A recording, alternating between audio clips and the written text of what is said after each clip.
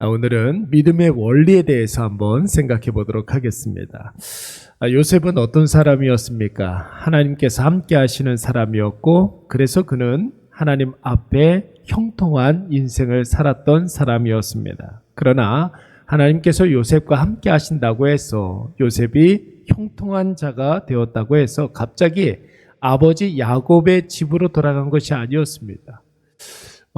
노예 신분에서 면천된 것이 아니었습니다. 갑자기 입심양면하고 부귀영화하고 태평성대를 그렇게 살았던 것은 아니었죠. 오히려 요셉은 하나님과 함께 하셨기 때문에 세상의 유혹을 받게 되었습니다. 하나님과 함께 하셨기 때문에 억울하게 모함을 받게 되었고 누명을 쓰게 되었습니다. 그래서 여러분, 그는 오늘 요셉이 감옥에 가지 않았습니까?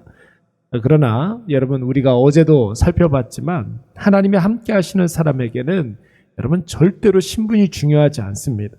그가 어디에 있느냐, 무슨 일을 하느냐, 그게 중요한 것이 아닙니다. 어디에 있든지 무엇을 하든지 하나님은 그 사람을 통해서, 그 일을 통해서 그 사람이 있는 그곳에 하나님의 영광이 나타나게 해 주실 줄로 믿습니다.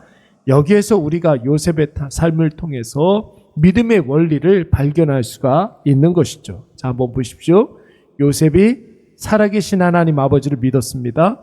전능하신 하나님을 확신했습니다. 이게 첫 번째. 그 요셉의 믿음을 보고 하나님께서 요셉에게 지켜주심의 은혜, 함께하심의 은혜, 그리고 인도해 주시는 그 은혜를 베풀어 주셨습니다. 여러분, 이것을 선명하게 확인했던 요셉은 언제나 하나님 앞에 살 수밖에 없었던 거예요. 하나님께서 기뻐하시는 일, 하나님의 뜻을 깊이 묵상하면서 하나님이 나에게 원하시는 일들을 했던 것입니다. 그랬더니 하나님께서 요셉의 상황과 신분과는 상관없이 여러분, 하나님 아버지와 앞에 형통한 그런 삶을 살게 하셨습니다. 왜냐하면 환경, 상황 이런 것보다 하나님께서 더 크게 보이기 때문에 요셉에게는 상황과 형편과 자신의 처지, 자신의 신분, 자신의 어떤 모든 환경 이런 것들이 눈에 보이지 않았던 것입니다. 여러분, 이 원리는 아버지 야곱의 집에서도 요셉과 함께 했습니다. 요셉은 이 원리로 노예로 팔려온 보디발의 집에서도 살았습니다. 그리고 오늘 본문의 말씀에 나오는 감옥 안에서도 이 믿음의 원리대로 요셉이 산 줄로 믿습니다. 오늘 보디발이 자신의 아내를 겁탈하려고 했다는 그 혐의를 받고 있는 요셉을 왕이 죄수를 가두는 옥에 가두게 됩니다.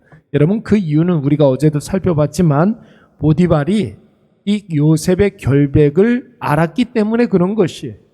자신의 아내의 거짓말을 간파했기 때문에 내려진 조치였습니다. 그러니까 요셉을 보호하기 위해서는 요셉을 보디발의 아내로부터 분리시켜 놔야 했기 때문에 보디발은 요셉을 매우 특별한 방식으로 그를 보호할 수 있었던 것입니다. 그렇게 해서 감옥에 갇히게 된 요셉의 삶은 어떠했습니까? 갑자기 감옥에 가게 되었다고 해서 그 억울함에, 그 시리에 빠졌습니까? 하나님 앞에 최선을 다해서 하나님의 뜻대로 살려고 했는데 결국 자신에게 돌아온 것은 감옥이었다. 여러분, 과연 요셉이 절망하고 낙심했겠습니까? 그렇지 않았습니다. 요셉은 대세대로 살아가는 사람이 아니라 원리대로 살아가는 사람이었어요. 무슨 원리? 믿음의 원리대로 살았던 사람이었습니다. 감옥 안에서도 보디발의 집에서처럼 똑같이 하나님 앞에서 하나님의 뜻을 묵상하면서 하나님께서 자신에게 원하시는 삶, 하나님께서 자신에게 기뻐하시는 삶을 살 수 있었습니다. 그곳에서도 자신이 해야 할 일들을 묵묵히 감당했었고 결국은 보디발의 눈에 요셉이 띄었던 것처럼 오늘 감옥 안에 간수장의 눈에도 이 요셉이 눈에 띌 수밖에 없었던 것입니다. 변함없이 믿음으로 살아가는 자들에게는 하나님께서 변함없이 은혜로 함께 하시는 줄로 믿습니다. 아니, 오늘 본문의 말씀에 보니까 하나님께서 요셉에게 그에게 인자를 더하여 주셨다. 사랑을 더하여 주셨다. 자비를 더하여 주셨다. 은혜를 더하여 주셨다. 지금도 은혜 가운데 살고 있었던 요셉이었는데 그 요셉에게 은혜를 더하여 주셨다라는 것이, 여러분 오늘 우리에게 요셉에게 더해진 그 인자가, 그 은혜가, 그 은총이, 그 놀라운 복락이 우리에게도 함께 있어야 될 줄로 믿습니다. 사랑하는 여러분, 인간은 상황과 환경에 영향을 받을 수밖에 없는 존재입니다. 왜 그렇습니까? 세상의 원리대로 살아가기 때문에 그런 것이. 여러분, 세상의 원리는 다른 게 없습니다. 마음속에 꿈틀꿈틀거리고 있는 그 욕심을 가만히 내버려 두면 자연히 이 욕심이 세상의 원리대로 우리를 이끌어가게 됩니다. 여러분, 욕심이 내 삶 전체를 압도하면서 내 인생을 끌고 가게 된다면 어떤 일들이 벌어지겠습니까? 욕심의 기준이 있지 않습니까? 여러분, 하나님, 말씀, 은혜, 믿음 이런 것과는 상관없이 조금 당장, 지금이라도 당장 유익하면 그것을 선택하는 것, 그것이 바로 세상의 원리, 그게 바로 욕심의 원리입니다. 조금이라도 나아 보이면 두 번 생각하지 아니하고 좋아 보이는 것으로, 편해 보이는 것으로, 빠른 방법으로 결정해 버립니다. 결국 그것이 세상의 덫이라는 사실을 전혀 인식하지 못한 채 덫을 보고 옳다구나 하면서 힘차게 그 덫을 향해서 나아가는 것, 그것이 바로 세상의 원리인 것입니다. 사랑하는 여러분, 사람마다 살아가는 방식이 있습니다. 여러분, 사람마다 살아가는 방식을 존중해야 됩니까? 천만의 말씀이에요.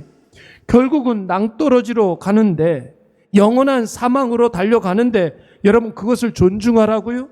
그것을 인정하라고요? 여러분, 내 자식이 그렇게 산다고 한다면 어떻게 가만히 내버려 둘 수가 있겠습니까? 지옥 가는데. 저희 가정도 이제 내일이면 설날이잖아요. 그렇죠? 코로나 지나기 전에는 계속 늘 모였는데 저희 이제 아버지 형제들이 다 모입니다. 명단을 뽑아보니까 한 50명 모인대요. 이번에. 제가 작정했어요. 우리 예배 드리지 않겠습니까? 제가 목사니까 아무리 저보다 나이 많은 형님들이 있어도 아버지들이 나이가 80이 다 넘어도 예배 인도는 제가 해요. 근데 여러분, 예전에는 예수 믿는 사람들이 훨씬 더 많았어요. 근데 그 50명의 명단을 이렇게 쭉 보니까 이제는 3대, 4대가 이렇게 되니까 예수 안 믿는 애들이 훨씬 더 많아진 거예요. 그래서 이번에 제가 작정했습니다. 누가 뭐라고 그러든 간에 영접하는 자, 곧 그의 이름을 믿는 자들에게는 하나님의 자녀가 되는 권세를 주셨습니다. 이 본문 가지고 복음을 외칠 거예요. 안 믿으면 죽는다고, 안 믿으면 지옥 간다고 담대하게 외칠 겁니다. 믿을 때까지 외칠 거예요. 밥 안 먹고. 혼나겠죠. 여러분, 하나님이 함께하는 사람, 형통한 인생을 사는 사람들은 믿음의 원리대로 살아가는 사람들이에요. 여러분, 믿음의 원리가 무엇입니까? 첫째, 하나님 앞에서. 두 번째, 하나님이 원하시고 기뻐하시는 일을. 세 번째, 흔들림 없이, 변함 없이. 네 번째, 그리고 난 이후에는 누구께 맡긴다고요? 그 모든 일들은 다 하나님께 맡기는 것. 여러분, 그것이 바로 믿음의 원리입니다. 오늘 이것을 꼭 기억하시고, 이랬다 저랬다 하는 그런 상황, 형편, 처지, 환경 이런 것에 좌우되는 인생이 아니라 절대 변함없는 것에 모든 인생의 0점을 맞추시기 바랍니다. 변하지 않는 가치. 그게 무엇입니까? 하나님, 예수 그리스도의 이름, 말씀, 믿음, 은혜, 성령의 인도. 여러분, 여기에 맞추면 되는 거예요. 그러면 틀림이 없습니다. 그러면 하나님께는 우리가 칭찬을 받고 세상 사람들에게는 인정을 받고, 여러분, 세상에는 선한 영향력을 미치게 될 줄로 믿습니다. 여러분, 이것이 바로 믿음의 원리이고 이것이 바로 우리가 살아가는 방식이 되어야 할 줄로 믿습니다. 우리의 말씀을 생각하면서 한번 기도하도록 하겠습니다. 세상의 원리가 뭐라고 그랬습니까? 욕심이 내 삶을 이끌어가는 원리라고 그랬어요. 이대로 살아가지 않게 하여 주시옵소서. 믿음의 원리대로 살아가게 하여 주시옵소서. 말씀이 내 인생을 이끌어가게 하시고 믿음이 내 인생을 이끌어가게 하여 주시옵소서. 상황과 형편에 상관없이 흔들림 없이 여러분 묵묵히 하던 일들 계속하게 하여 주시옵소서. 이 시간 우리 다 같이 한번 통성으로 기도하도록 하겠습니다. 사랑과 은혜가 충만하신